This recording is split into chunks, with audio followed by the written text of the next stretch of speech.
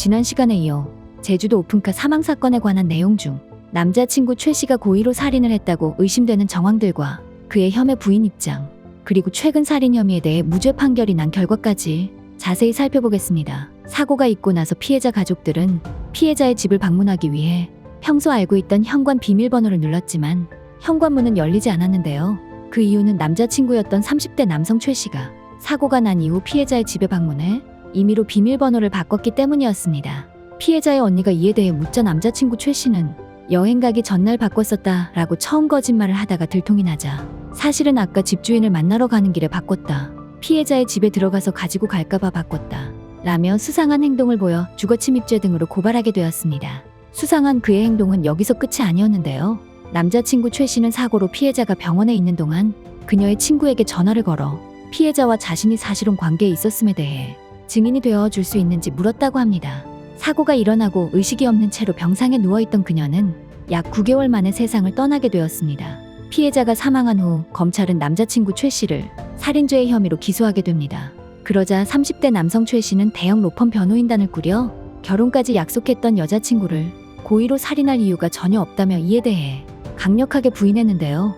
그는 음주한 상태였고 어두운 밤에 운전하다 보니 앞에 있던 돌담과 경운기 등을 발견하지 못하고 그대로 박았을 뿐이라고 입장을 밝혔는데요.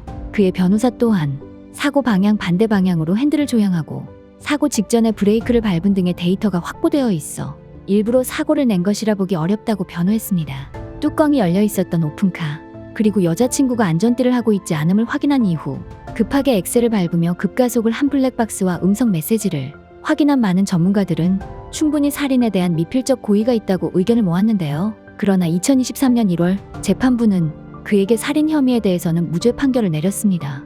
1심 재판부에서는 증거 조사 과정에서 고의로 살해했다고 단정하기에는 여러 의문점이 있다고 판단했는데요. 사고가 일어나기 직전에 음성 대화 내용과 여러 가지 이를 증거로 비춰볼 때 이별에 응해주지 않고 본인 위주로 행동하는 피해자에게 불만을 느끼고 있었다는 사실은 인정되나 이것만으로 살인 동기가 될 수 없다고 밝혔습니다.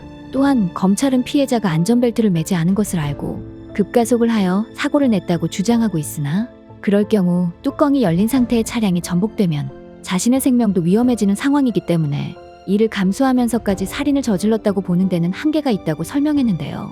정말 살인을 목적으로 했다면 급가속으로 들이받는 방법보다는 급가속한 후 급제동하는 방식으로 본인의 피해를 줄이는 방법을 채택했을 거라는 것이 재판부의 판단이었습니다. 결국 대법원에서는 1심에서 무죄를 선고했고 2심에서도 살인의 고의는 인정하기 어렵다며 위험운전치사 혐의에 대한 유죄만 인정하여 징역 4년을 확정했습니다.